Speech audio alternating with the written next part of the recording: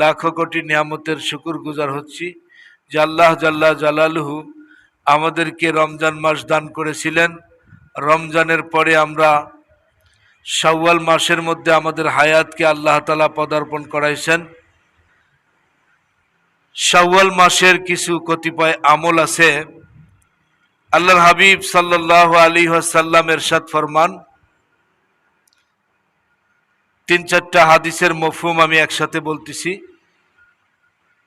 যে আমার উম্মত মাসব্যাপী সিয়াম সাধনা করবে, আল্লাহ কর্তৃক ফরজ।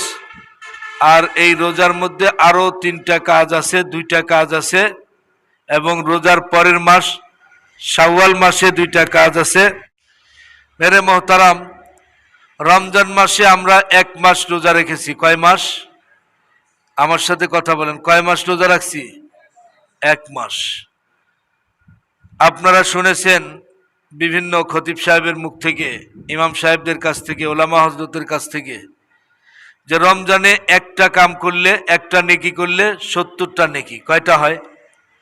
তাহলে এক মাস রাখছি মানে 70 মাস। কয় মাস? এটা তো স্টার্টিং। এক মাসে কয় মাস? একে যদি নেকি 70টা হয় তাহলে এক রোজায় 70 রোজা, তাহলে এক মাসে 70 মাস।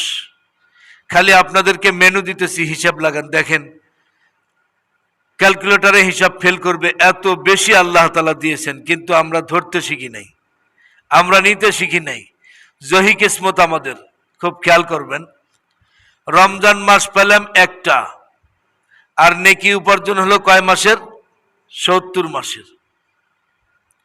এরপরে হাদিস শরীফের মধ্যে আছে, মান সামা রমাদানা ঈমানান ওয়া ইহতিসাবান গুফিরা লাহু মা তাকাদ্দামা মিন যামবি।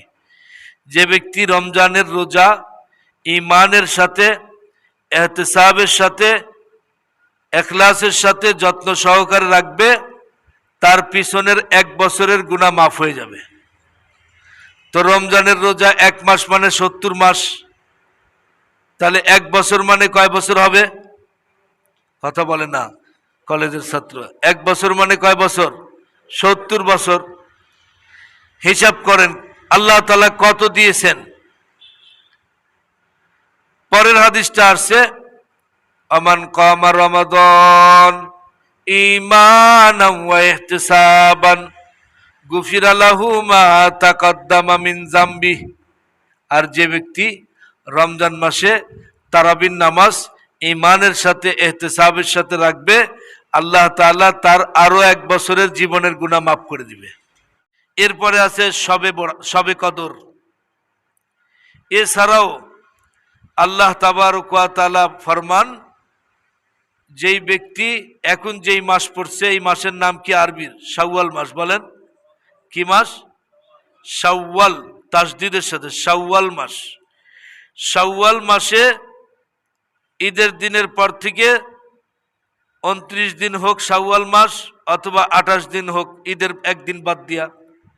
ঈদের দিন রোজা রাখা নিষেধ, 5 দিন নিষেধ, তার মধ্যে এই ঈদ উল ফিতরের একদিন। তো বাকি থাকে 28 দিন বা 29 দিনের মধ্যে 60টা রোজা একাধারে রাখুক, ভাঙ্গে ভাঙ্গে রাখুক, এই মাসের মধ্যে কয়টা রোজা? 60টা রোজা যে রাখবে, সে ব্যক্তি এক বছর রোজা রাখার সব তার আমলনামায় আসবে। কয় বছর? এক বছর। তাহলে মোট 3 বছর। ওই দিককার 2 বছর সমপরিমাণ 1,40,000 বছর, 40,000। আর এই দিককার 1 বছর মানে 10 বছর। 1 বছর মানে কত? এখন রমজান ছাড়া একটা নেকির কাজ করবেন, একে 10। কত? আর রমজানে একে 70 ছিল, তাহলে 10। 1 বছর মানে 10 বছর। তাহলে 10কে আবার স্টার্টিং 1000 ধরতে হবে। তাহলে হলো কত? 1,40,000 আর এই দিককার 10, কত হলো? 1,50,000, মানে 1.5 লক্ষ বছর রোজা রাখার সওয়াব আল্লাহ তাআলা দান করছেন। এতে খুশি না বেজার? এটা তো স্টার্টিং, এটা তো স্টার্টিং করছেন। উদাহরণের জন্য বুঝাইতেছি, ব্যাংকে টাকা রাখলে মাস গেলে ব্যাংকের সুদ আসে না? সুদটা নমুনা টানছে কোন জায়গার থেকে? তদ্রূপ ভাবে আল্লাহর আদালতে আখিরাতের ব্যাংকে আমরা যেটা রাখবো সেটা রমজানে রাখলে 170, রমজানের বাইরে রাখলে 10, রমজানের বাইরে রাখলে কত? 10। তাহলে 1,40,000 এটা রমজানের রাখা, আর রমজান ছাড়া আমরা আরো 10, তাহলে 1,50,000। আল্লাহ তাবারক ওয়া তাআলা বলেন আল্লাহু ইউযাইফু লিমান ইয়াশা, আমি যাকে ইচ্ছা আরো আরো আরো আরো বেশি দান করে থাকি। সুবহানাল্লাহ। তাহলে 1,50,000-এর সাথে 1.5 লক্ষর সাথে আরো বেশি আপনারা শুনছেন যে আল্লাহ তাবারক ওয়া তাআলার রাস্তায় যদি একটা খুরমা খেজুর দান করা যায়, যদি একটা টাকা দান করা যায়, তার নেকি আল্লাহ তাআলা বাড়াইতে বাড়াইতে 7 হইতে 49 কোটি। তাহলে 49 কোটি তো স্টার্টিং, এর উপরে আরো 1.5 লক্ষ। তাহলে এই 1.5 লক্ষকে আবার যদি 49 কোটি করা হয় তাহলে কত হবে? এই জন্য মেরে মহতারাম, আখেরাত বুঝাটা কঠিন, করা সহজ, আর দুনিয়া বুঝা সহজ, করা কঠিন। দুনিয়া বুঝা কি সহজ? বললো আরে তোমার কাছে এত টাকা আছে, এই টাকাটা ব্যাংকে থুয়ে দিল তো বাড়তো। কম দামে জমি যাচ্ছে, ও মাটিয়াল একটা জমি কিনো, বুদ্ধি দেয় কি দেয় না? টাকা বেড়ে যাবে, তোমার ছেলে মেয়েদের ভবিষ্যৎ ভালো হবে। তো বাড়ানোর জন্য জমি কিনে, বাড়ানোর জন্য ব্যবসা বাণিজ্য করে, আবার কেউ বসে বসে ব্যাংকের থেকে বাড়ায়। বাড়ানোর বিভিন্ন সিস্টেম আছে না নাই? কিন্তু মেরে মহতারাম, আমার আপনার আল্লাহ এত দয়ালু, এত দয়ালু, এত দয়ালু। আল্লাহ তাআলা পৃথিবীর মানচিত্রে দেখেন না একটা মার কতটুক দয়া। গত কয়েক মাস আগে পেপারে আসছে, সাতক্ষীরা না কোন জেলায় যেন একটা ছেলে কারেন্টে শর্ট করে পোল সহ পুকুরের মধ্যে পড়ছে, পানি সহ পুকুর কাঁপতিছে। উনার মা বৃদ্ধা মানুষ, প্রায় 100 কোটায় বয়স, 90-এর ঊর্ধ্বে বয়স। ওই মেয়ের কানে কে যেন খবর দিছে তোমার ছেলে পানিতে পড়ছে। ওই মেয়েকে শত মানুষ বাধা দিয়ে ঠেকাইতে পারে নাই, মেয়ে যায় ছেলের গায়ের উপর ঝাঁপ দিয়ে পড়ছে, মেয়েকে আটকাইছে বিদ্যুৎ। বাংলাদেশের ঘটনা। তাহলে মার দিলের মধ্যে সন্তানের প্রতি কত ভালোবাসা থাকে বলেন?